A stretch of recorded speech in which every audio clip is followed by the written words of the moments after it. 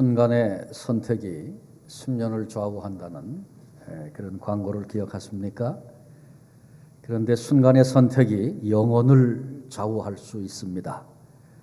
그래서 우리는 정신을 차려야 할 순간이 있다는 것을 기억해야 합니다. 십자가의 한 강도,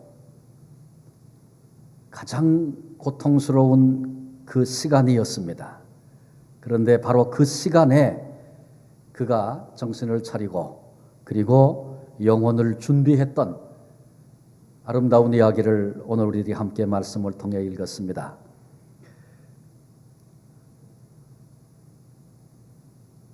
영원한 천국과 영원한 지옥이 십자가를 중심으로 나뉘었습니다. 예수님 좌우편에 있던 두 강도가 한 사람은 영원한 형벌에, 한 사람은 영원한 낙원에 들어가게 됐습니다. 그리고 그때 결정되어진 십자가를 중심으로 결정되어진 바로 그 자리에서 지금도 한 사람은 신음하고 고통하고 있고 한 사람은 주님의 영광으로 인하여 즐거워하고 있다는 사실을 기억해야 합니다. 오늘 이 밤, 이 순간 우리도 정신을 차려야 할 때입니다. 예수님께서 부자와 나사로의 이야기로 말씀하신 적이 있었습니다. 부자는 자색 옷을 입고 고운 베옷을 입고 날마다 호화롭게 잔치하고 파티하면서 그렇게 살았었습니다. 그런데 그 집에서 상에서 떨어지는 부스러기 주워 먹고 살았던 나사로라고 하는 거지가 있었습니다. 그런데 부자도 죽었고 나사로도 죽었습니다. 우리는 이 주님의 말씀 속에서 부자와 나사로의 차이는 뭔가 사실 그렇게 정확하지 않습니다. 그러나 이 말씀을 통해 우리 주님이 더 분명하게 우리에게 말씀하시고자 하시는 것은 지옥이 어떤 곳이며 음부가 어떤 곳이며 낙원이 어떤 곳인가를 우리에게 말씀하고 계십니다. 음부에 떨어진 부자가 너무너무 고통스러워서 그가 한 가지 소원을 아랬죠. 나사로의 손끝에 물 한 방울 찍어 불꽃 가운데서 견딜 수 없어 신음하는 나의 혀에 물 한 방울만이라도 적셔달라는 그런 아주 작은 소원이었습니다. 그런데 그거 될 수 없다. 더 이상 왔다 갔다 할 수 없는, 더 이상 하나님의 자비가 없는, 더 이상 회복의 기회가 없는 바로 그것이 음부였다고 주님이 가르쳐 주십니다. 그러자 그 부자가 뭐라고 얘기합니까? 내가 물 한 방울 얻을 수 없고 내 처지가 내 형편이 달라질 수 없는 것이라면 그렇다면 저 세상에 아직도 나와 똑같은 길을 걷고 있는 내 형제들 저 나사로를 좀 보내서 이런 세상이 있다고 이런 세계가 있다고 가서 좀 알려주십시오. 그들로 나 있는 곳에 오지 않게 하십시오. 얼마나 힘들고 고통스러운 자리인지 물 한 방울 얻기를 구했고 그것이 되지 않으니까 이런 자리에 내 형제들이 올까 봐 두려워서 그렇게 절규했던 부자의 이야기를 우리는 기억합니다. 그런데 오늘 십자가, 예수님의 십자가 좌우편에 선 두 강도에게 음부인지 아니면 낙원인지 그것이 십자가를 중심으로 갈렸다는 사실을 이 밤에 우리들이 함께 주목해 보려고 합니다. 어제 주님이 십자가상에서 첫 번째 하셨던 말씀, 저들을 사하여 주옵소서. 무슨 일을 하는지 알지 못함입니다. 십자가에 주님을 못 박았고 그 일에 가담했던 모든 사람들, 아니 우리의 죄로 말미암아 주님을 십자가에 죽게 했던 우리들을 위한 주님의 기도였다고 이미 우리가 살핀 바 있습니다. 오늘은 한 강도가 주님께 구했죠. 주님 나라가 임하실 때에 나를 기억해 주십시오. 그때 주님께서 그 강도를 바라다 보시면서 오늘 내가 나와 함께 낙원에 있으리라. 그렇게 말씀하심으로 낙원을 천국을 허락해 주셨습니다. 주님께서 십자가 위에서 선포하신 구원, 이 본문의 이야기를 통해서 구원의 비밀을 주님께서 밝히 드러내고 계십니다. 오늘 이 밤에 이 문제를 함께 나누려고 합니다. 구원의 사건은 하나님의 가슴으로부터 시작이 됩니다. 한 사람이 구원을 받게 된 것은 결코 우연이 아닙니다. 그러니 오늘 한 강도가 십자가 위에서 예수님을 만나 구원을 받았다. 이것은 하나님의 계획 속에 있던 일이었습니다. 우리는 기억해야 합니다. 하나님이 다스리시는 이 세상에는 결코 우연이 존재하지 않습니다. 모든 날 가운데 어느 한 날이라도 목적이 없는, 의미가 없는 그런 날이 없다는 사실을 우리는 알아야 합니다. 그런데 그 날 중에 날, 주님이 우리를 구원하시려고 십자가에 피 흘려 죽으신 바로 그날, 예수님 곁에 십자가에 동일한 모습으로 달렸다가 구원받은 이 사건이 어찌 우연이 된 일이겠습니까? 예수님께서 공생애 가운데 나는 죄인들의 친구다 그렇게 말씀하시고 죄인들과 가까이 하셨던 사실을 우리는 기억합니다. 주님이 말씀하셨어요. 건강한 자에게 의원이 쓸 데가 있겠는가? 병든 자에게 의원이 필요하지 않겠는가? 의인이라면 내가 올 필요가 뭐 있었겠니? 죄인들을 부르러 내가 왔다. 주님 그렇게 말씀하셨습니다. 그런데 이런 말씀들이 그 당시 종교 지도자들의 마음을 무척 불쾌하게 불편하게 만들었습니다. 그래서 아마 여기에는 의도가 있었던 것 같아요. 예수님을 좌우편에 강도들과 함께 강도의 틈 사이에, 물론 다 이사야서에 예언된 말씀이기도 합니다마는 당시 종교 지도자들이 제안을 하고, 그래서 죄인들 그렇게 좋아하니 죄인들 틈에 죽어야 한다. 예수님을 멸시하며 죄인들 한가운데 십자가에 못 박았던 그들의 그 생각과 마음을 우리 볼 수 있어야 합니다. 그런데 여기 하나님의 오묘한 섭리가 있습니다. 이렇게 주님을 미워하고 멸시하며 저들은 행했지만 주님은 죄인들 가운데 달리셔서 한 강도를 구원하시는 구원의 역사를 이루신 것입니다. 예수님은 죄인들의 친구시고 죄인들을 구원하시는 구원자시고 기꺼이 천국을 약속하셨음을 나타내 주고 있습니다. 이 강도는 십자가상에서 바로 그 자리에서 우리 주님께로부터 구원을 약속받았습니다. 그런데 이 사람을 여러분 주목해 보십시오.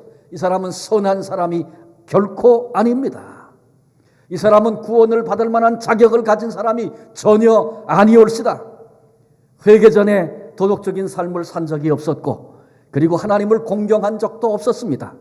회개한 다음에 주님을 위하여 봉사했다든지 섬겼다든지 헌신했다든지 이렇게 주님을 위해서 섬길 만한 그런 기회도 갖지 못한 그런 사람이었습니다. 이 사람들은 종종 저도 그런 분 만난 적이 있어요. 임종을 혹은 그런 고난을 앞에 두고 있는데 제가 이제 우리 인간이 죄인이라는 부분을 이렇게 얘기하면 화를 좀 내고 마음을 아주 그냥 강하게 닫는 그런 분들이 계세요. 나는 누구에게도 피해 주지 않고 살았습니다. 우리는 곧잘 다른 사람에게 피해를 주지 않고 사는 것, 더 나가서 선한 일을 하며 봉사하며 사는 것, 그렇게 살면 그것이 구원을 받는데 도움이 될 것이라고 생각을 합니다. 그런데 여러분, 본문에 구원받은 한 강도를 주목해 보십시오. 그는 다른 사람에게 피해를 주지 않는, 다른 사람 앞에 선한 생활을 했던 그런 일이 전혀 없는 사람입니다. 우리가 나를 희생하고 다른 사람을 위해서 봉사하고 그렇게 살면 그것이 구원에 도움이 될 것이라고 생각합니다. 그러나 이 강도, 희생하고 봉사하는 삶 전혀 살아본 적이 없습니다. 우리가 주님 나라를 위해 헌금도 드리고 교사로 찬양대원으로 주님 나라를 섬기면 그것이 구원받는 데 도움이 될 걸로 생각합니다. 그게 나쁘다는 것은 아닙니다. 그 수고를 하나님이 보시고 칭찬하실 것입니다. 그러나 오늘 본문의 이 한 강도, 헌금을 드렸다든지 교사가 됐다든지 찬양대로 섬겼다든지 해본 적도 생각도 해본 적이 없는 그런 사람이었습니다. 우리가 예배 열심히 참여하면 그것이 구원받는 데 도움이 될 거라고 생각합니다. 그러나 여러분, 오늘 본문에 구원받은 한 강도, 예배 드려본 적이 없는 사람이었습니다. 열심히 교회 다니고 성찬식에도 참여하고 세례도 받고 그러면 그것이 구원에 도움이 될 거라고 생각합니다. 그런데 본문의 이 강도는 예배를 드려본 적도, 성찬식에 참여해 본 적도, 세례를 받은 적도 없는 사람이었습니다. 그런데 이 사람이 구원을 받았습니다. 무엇을 우리에게 말씀하고 있습니까? 우리가 받는 구원의 조건과 이 강도가 받은 구원의 조건이 다르다는 얘기입니까? 결코 그렇지 않습니다. 무엇을 주님이 우리에게 가르쳐주고 계시냐 하면, 이런 어떤 행위, 내가 살아가는 모습, 내가 만든 조건, 그것은 구원의 자격과 전혀 관계가 없다라고 하는 것입니다. 바꿔 얘기하면 구원이라고 하는 것은 전적으로 하나님의 은혜고 우리 주님의 은혜인 것입니다. 에베소 2장 8절 9절 한번 좀 펴보십시다. 에베소 2장 8절 9절.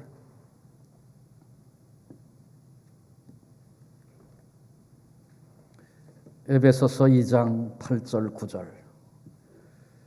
우리 다 암송하기도 하는 그런 말씀이지만 한번 좀 찾아서 같이 한번 읽어보겠습니다. 에베소서 2장 8절 9절 같이 읽습니다. 너희는 그 은혜에 의하여 믿음으로 말미암아 구원을 받았으니 이것은 너희에게서 난 것이 아니요 하나님의 선물이라. 행위에서 난 것이 아니니 이는 누구든지 자랑하지 못하게 함이라. 그렇습니다. 여기 보니까 믿음으로 말미암아 구원을 얻었다 그랬어요. 그런데 그 믿음도 어디서 나온 거냐 하면 그의 은혜에 의하여 갖게 된 믿음입니다. 그래서 내게로부터 나온 것은 하나도 없고 전적으로 주님이 주신 은혜 때문에 구원을 받았다. 이것은 너희에게서 난 것이 아니고 하나님이 선물로 주신 것이다. 선물은 자격이 있어서 받는 게 아닙니다. 자격이 있어서 받는 건 대가고 상이고 뭐 그렇죠. 선물이라는 건 조건 없이 자격 없이 받는 것, 그것이 선물입니다. 그런데 이 말씀이 에베소서 2장 8절 9절의 이 말씀이 십자가 위 강도에게 너무나 분명하게, 너무나 선명하게 나타나 있습니다. 자, 생각해 보십시다. 이 강도가 할 수 있는 거 뭐 있습니까? 이 강도가 지금 십자가에 매달려서 할 수 있는 것 아무것도 없습니다. 두 발, 두 손 못이 박혔습니다. 선행도 섬김도 변화된 생활도 종교 행위도 다 불가능했습니다. 오직 그가 할 수 있었던 것 있는데 그건 뭐냐 하면 주님만을 의지하는 것입니다. 예수의 이름을 부르며 주님만을 바라보는 것, 그 외에는 할 수 있는 게 없습니다. 오직 그냥 주님이 나를 긍휼히 불쌍히 여겨주시는 그것만을 사모하는 것, 그것 외에는 할 수 있는 것이 아무것도 없습니다. 십자가의 강도, 자기 자신을 돌아보면 지금 다 끝난 시간입니다. 아무런 기대도 희망도 없습니다. 체면 그런 건 상관도 없습니다. 지금 십자가 위에서 자기 논리를 얘기하고 있다면 얼마나 그 사람 어리석은 사람입니까? 자기 논리가 통하지 않는 순간 앞에 지금 서 있는 것입니다. 모든 가능성, 내가 할 수 있는 것 다 포기되어진, 아무것도 할 수 없는, 스스로는 아무것도 할 수 없는 절대 타락자의 모습으로 저가 지금 주님 앞에 서 있습니다. 여러분, 구원에 관한 한 우리가 할 수 있는 것은 아무것도 없습니다. 내가 구원을 위해서 뭐를 하고 있다고 생각하면 아직 구원의 은혜를 모르는 사람입니다. 구원은 십자가 위에 우리 주님이 우리에게 은혜로 허락해 주신 것입니다. 오직 그 주님만을 바라보고 의뢰할 뿐입니다. 긍휼히 여기심을 구할 뿐입니다. 자, 그렇다면 어떻게 이런 변화가 생겼습니까? 이 한 강도가 어떻게 주님만 바라보고 주님의 이름을 부르며 주님의 긍휼과 자비하심을 구할 수 있는 그 자리에 저가 서게 됐습니까? 마태복음을 읽어보면, 기록에 보면 두 강도가 다 예수님을 욕했다고 말씀하고 있어요. 십자가에 못 박히면서 두 강도가 다 예수님께 욕을 했습니다. 지금 십자가의 고통의 자리에 못 박혀 달리면서 이 당하고 있는 이 엄청난 고통을 어떻게든지 잊어보려고 악한 말을 서슴없이 내뱉고 악을 쓰면서 추한 농담을 하고 있는 저들의 그 형편을 여러분 살펴보십시오. 두 강도가 똑같이 그랬습니다.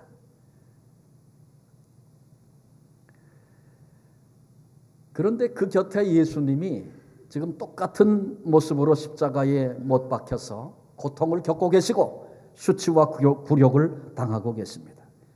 만일 예수님께서 권좌에 앉으시고 영광스러운 모습으로 기적과 능력을 행하시면서 그들 앞에 계시다면 그분을 향해서 구원을 기대하고 의뢰할 수 있지 않을까요? 그런데 똑같은 처지에 비참한 모습으로 지금 주님이 십자가에 달려 있습니다. 예수님은 전혀 의뢰할 만한, 의지할 만한 영광스러운 모습이 주님께는 전혀 없었습니다. 그런데 어떻게 이 강도가 전적으로 이같이 예수님을 의뢰하게 되었습니까? 오직 하나입니다. 어제 살폈던 첫 번째 십자가 위에서의 말씀. 아버지, 저들을 사하여 주옵소서. 지금 무슨 일을 하는지 몰라서 그렇습니다. 십자가의 그 고통을 겪으시면서 용서를 위한 기도를 주님께 드렸습니다. 주님께서 기도하실 때 한 강도의 가슴 속에 이 놀라운 변화가 시작된 것입니다. 그래서 이게 은혜입니다. 기적입니다. 주님의 그 한마디 기도가 구원받기 넉넉한 말씀이요, 진리요, 설교요, 메시지가 된 것입니다. 여러분, 그래서 이 구원 사건에는 신비한 요소가 반드시 있습니다. 어떤 사람들은 길거리 지나가면서 전도해가지고 구원받겠냐? 물론 시대에 따라 전부 방식도 다르긴 합니다만은 그러나 그렇게 단정할 수 없습니다. 예수 천당 한마디가 한 사람의 가슴을 움직여서 주께로 돌아오는 역사를 일으키기도 하고요. 사형리에서 어떻게 구원받습니까? 모르는 얘기입니다. 사형리가 아니라 한 가지 진리만 얘기해도 성령께서 은혜를 주실 때 그 말씀 한마디가 그 가슴에 새겨지기도 하고 인생을 바꾸기도 하고 구원의 자리에 참여하기도 하는 하나님의 은혜의 통로가 된다는 것 우리는 알아야 합니다. 그래서 우리가 주님의 그 은혜를 사모해야 하고 전도할 때에도 내 가족 중에 예수 안 믿는 사람들 그들을 위해 기도할 때에 이같이 임하시고 역사하시는 하나님의 은혜를 사모하며 우리가 기도해야 하는 것입니다. 자, 이 강도에게 구원이 은혜가 임하는 과정을 좀 더 자세하게 살펴보십시다. 먼저 회개의 고백을 들을 수 있습니다. 한 강도가 예수님을 비방했습니다. 그랬더니 이 구원받은 강도가 그렇게 40절에 얘기하죠. 내가 이같이 정죄함을 받고도 하나님을 두려워하지 않느냐. 그리고 41절에 보니까 우리는 우리의 행한 일에 상당한 보응을 받거니와 이 사람이 행했던 가운데 옳지 않은 것이 없도다. 주님의 의로움을 증거하면서 우리가 지금 이렇게 비참하게 죽는 것은 죽어 마땅하지. 우리가 한 짓을 보니까 우리가 그렇게 살았으니 우리는 우리 죄에 합당한 보응을 지금 받고 있는 것이다. 주님께서 은혜를 주실 때 하나님 두려워하는 마음이 생겼고요. 이 사람 마음속에. 그리고 나는 죽을 죄를 졌기 때문에 죽어 마땅한 자고 지금 이 같은 고통 가운데 죽음 가운데 나가고 있는 것 당연한 것이다. 나는 그렇게 죽을 수밖에 없는 죄인이다. 주님 앞에 이런 고백을 지금 드리고 있는 것입니다. 나는 억울합니다. 이렇게 변명한다든지 핑계하지 아니하고 하나님께서 주시는 심판 이의 없이 그대로 받아들이고 있는 것입니다. 여러분, 이건 회개의 아주 중요한 부분입니다. 마땅한 거죠. 그런데 우리는 종종 우리의 죄에 대해서 숨기거나 얼버무리려 하고 변명하고 핑계하려고 합니다. 주님이 보여질 때, 주님이 우리 앞에 서 계실 때, 주님이 우리에게 은혜를 주실 때 내가 어떤 존재인지 내 죄가 비로소 자각되어지고 분명해지는 것입니다. 나는 그래도 제법 괜찮은 사람이다. 여러분, 오늘 이 강도를 보면서 나는 적어도 강도는 아니다. 그렇게 생각하십니까? 뭐 때문에? 나는 그 사람보다 낫다고 여기십니까? 내가 그래도 괜찮은 사람이라고 생각하는 자기의로 무장하고 있는 한 자기 자신의 실체를 결코 보지 못합니다. 하나님 앞에, 주님 앞에 정직히 서지 못하는 것입니다. 그러므로 우리는 내가 만들어낸 자기의 그 더러운 누더기 벗어버려야 합니다. 본문의 강도와 같이 내가 할 수 있는 것은 전혀 아무것도 없습니다. 오직 긍휼과 은혜만 구합니다. 두 손 들고 우리 주님 앞에 우리 나아가야 합니다. 우리는 인생길에 우리의 죄, 나의 죄를 지적받는 때가 종종 있습니다. 내 죄가 드러나고 지적받으면 화냅니다. 분노합니다. 거부합니다. 때로는 기도 중에 하나님께서 지적하시기도 하고 말씀 가운데 들려지기도 하고 사건 속에서 보게도 하십니다. 내 모습이 비춰지는 때가 있습니다. 그런데 그때 거부하고 아니라 그러고 핑계하고 분노하고 그러지 않고 인정하고 나의 존재를 자각하고 나의 존재를 확인하고 그렇습니다. 하나님, 나는 그런 존재입니다. 하나님 앞에 두 손 들고 나가는 자, 그가 은혜 받은 자의 모습이고 그런 이들에게 또한 하나님께서 은혜를 부어주시는 것입니다. 근데 이 강도에게 그런 은혜가 임했어요. 우리가 이런 정죄를 받고 이런 수치를 당하고 이렇게 지금 죽어가는 것은 이건 마땅한 것이다. 그렇게 내가 살았다. 회개 다음에 살필 것은 믿음입니다. 42절에 보니까 예수여 당신의 나라에 임하실 때에 나를 기억하소서. 눈이 열려 회개하고 주님이 구원자임을 제가 깨닫습니다. 주님의 나라가 임한다는 사실을 저는 지금 보고 있고 알고 있습니다. 놀라운 일이 아닐 수가 없습니다. 더군다나 이 상황과 시점을 본다면 정말 그렇습니다. 이 하나님의 은혜는 그래서 크고 놀라운 거예요.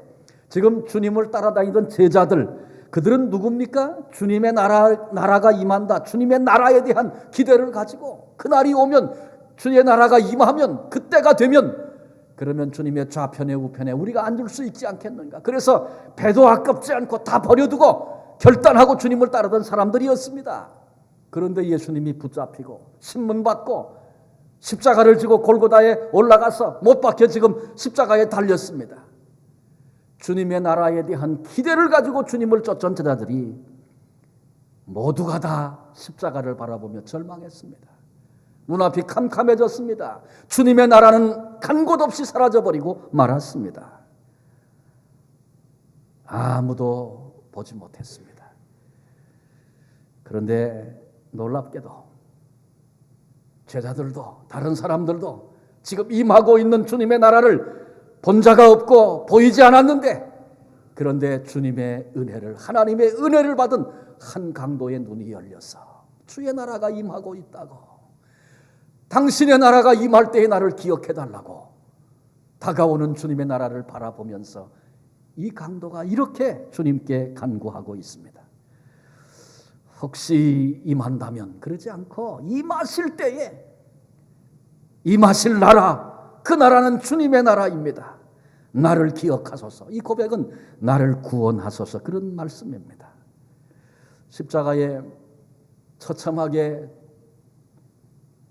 정죄를 받고 강도로서 추악한 자로 그렇게 죽어간다면 친구들도 심지어 가족들도 한시라도 그렇게 죽은 가족이라도 속히 잃어버리고 싶은 그런 존재 아닙니까? 대중들 곧 잊어버릴 것입니다. 모두에게 다 잊혀진다 할지라도 주님이 나를 기억해 주신다면 그거면 되겠습니다. 주님 앞에 이런 소원을 가지고 저의 믿음을 지금 고백하고 있는 것입니다. 그때 주님께서 뭐라고 말씀하셨습니까? 야, 너 너무 늦었다. 좀 더 일찍 내게로 왔어야지. 주님이 그러셨습니까? 그러지 않으셨습니다. 나를 기억해 주소서. 기억만 해달라고 간구했는데 주님은 더 좋은 것을 주셨습니다. 내가 오늘 나와 함께 낙원에 있으리라. 주님이 확증해 주셨습니다.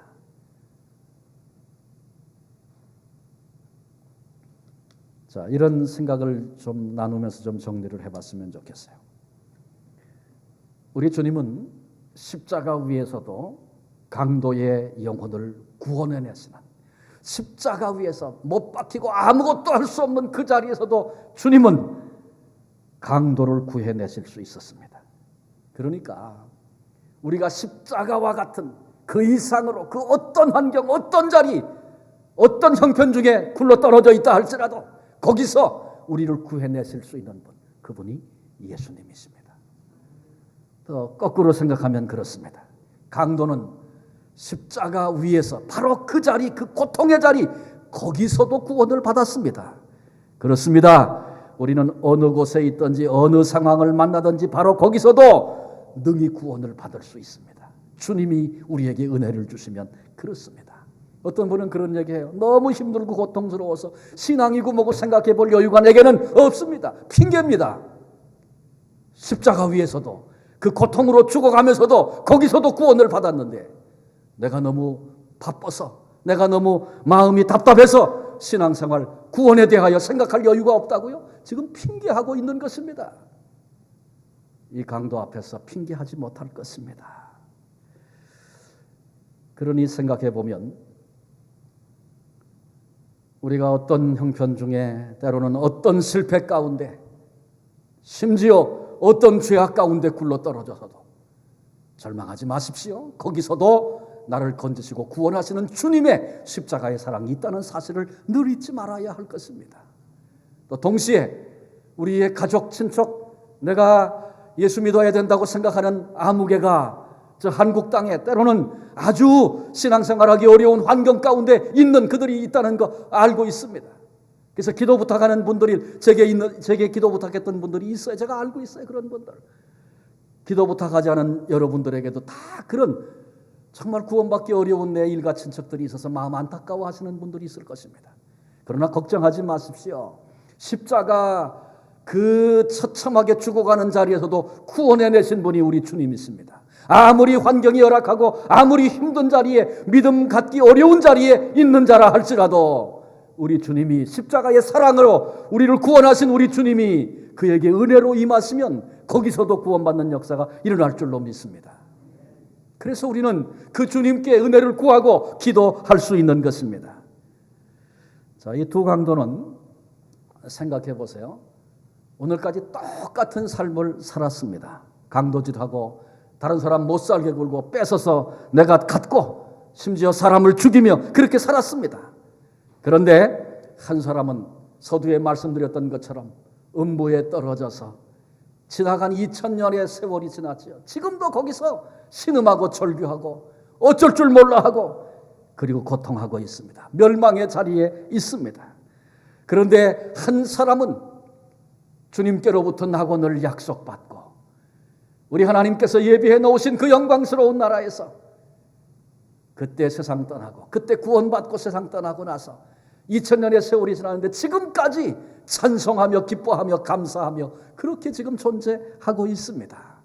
여러분, 이것이 어디서 결정났습니까? 예수 그리스도의 십자가 앞에서 결정났습니다.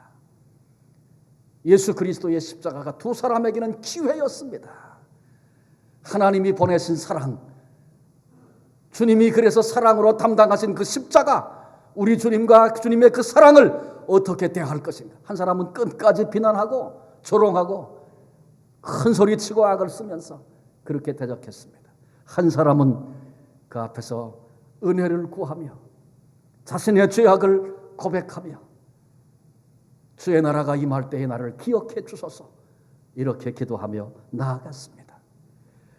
십자가 앞에 예수님을 내가 어떻게 대하는가, 이것이 하나님이 우리에게 주신 최고의 기회입니다.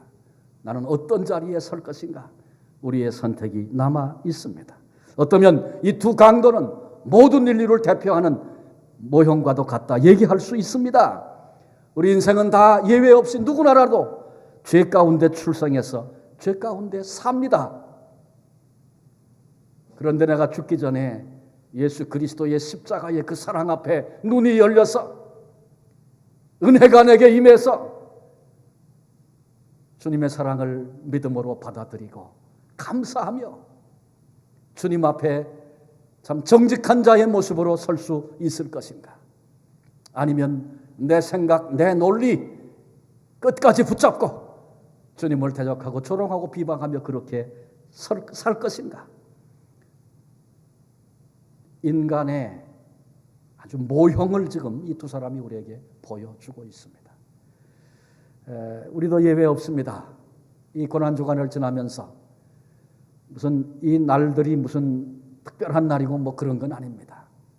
주님의 십자가의 사랑을 기억하며 십자가를 향하여 나가시는 주님을 생각하며 십자가에서 하신 그 말씀이 오늘 내게 어떤 의미가 있는가를 살피면서 나는 어떤 사람으로 주 앞에 설 것인가? 하나님의 은혜 앞에 내가 믿음으로 응답하며 나갈 것인가?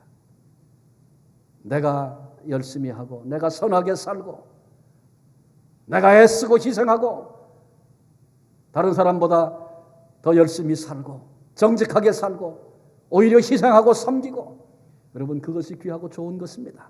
그러나 그것이 우리를 구원의 자리로 인도하지 않는다는 사실을, 여러분 그건 구원의 조건과 상관이 없다는 것을 알아야 합니다. 구원받은 자가 하나님 나라 섬길 때 하나님이 그거 기억하시고 기뻐하시고 상급을 더하시고 축복하시지요. 영광 중에 맞아주시지요. 그러나 구원받지 못한 자에게 그런 삶의 의지와 노력은 아무 의미 없는 것입니다.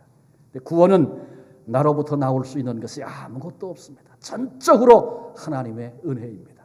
오늘 벌써 시간이 많이 갔습니다만 제 부친 얘기하고 좀 말씀을 마치려고 합니다. 제 선친은 평생을 참 교육 사업도 하시고 또 조금 늦게 목회를 시작해서 평생을 목회도 하시고 교단을 섬겼던 분이 있습니다. 감리교에서 교단 본부에서 오랫동안 일을 하셨는데 감리교 재단이 굉장히 큽니다. 그래서 재정력이 많아지면서 교단 안에 여러 가지 부끄러운 일들도 생기고, 근데 저희 아버님은 그 불의와 많이 싸우셨어요. 손해를 많이 보셨어요. 욕도 많이 먹었어요. 아버님이 캐나다 오신 다음에 제가 목회를 하면서 목회 현장에서 그 감리교 목사님들 이렇게 어른들 뵐 때가 있어 잠깐 얘기를 나눠보면 그분들이 그래요. 당신 아버님은 성자셨어. 그분들이 그래요. 얼마나 많은 도움을 받았는지 모른다고 그렇게 얘기하는 분들을 제가 굉장히 많이 만났습니다. 제가 뵐 때에도 뭐 돈이라든지 뭐 명예라든지 감리교 감독할 기회가 있는데 하나님이 다른 길 여시니까 뭐 서슴지 않고 놓고 떠나셨어요. 쉽지 않은 일이라고 제가 이제 보니까 생각이 됩니다. 제가 봐도 그렇게 사셨어요. 아주 꼼꼼하고 그저 뭐 삶이 아주 철저해서 밤 12시에 주무시고 새벽 4시에 일어나시고 평생을 그러고 사셨어요. 그런데 저희 아버님이 나이 연세 많아가면서 점점 기억력이 떨어지시는 거예요. 그 다음에 치매 같은 그런 현상도 왔어요. 그래서 옛날 얘기는 조금씩 이제 누가 오면 아는데 최근 얘기는 하나도 모르시고 마지막에는 교회 가면 예배 시간이 꾸벅꾸벅 추우세요. 기도했는데 아멘도 없으세요. 그래서 온 가족이 아주 그냥 비상에 걸려서 뭐 다른 거는 생각도 할 거 없고, 하나님 우리 아버지 평생 주의 일 한다고 하셨는데 우리 아버지 구원 못 받으면 어떻게 해요? 온 가족들이 놀래가지고 아버님 구원을 위해서 그렇게 기도했어요. 보이는 현상들이 너무너무 안타까우니까. 그런데 온 가족이 다 형제들 하나도 빠짐없이 다 모인 자리에서 의식이 상당 기간 없었어요.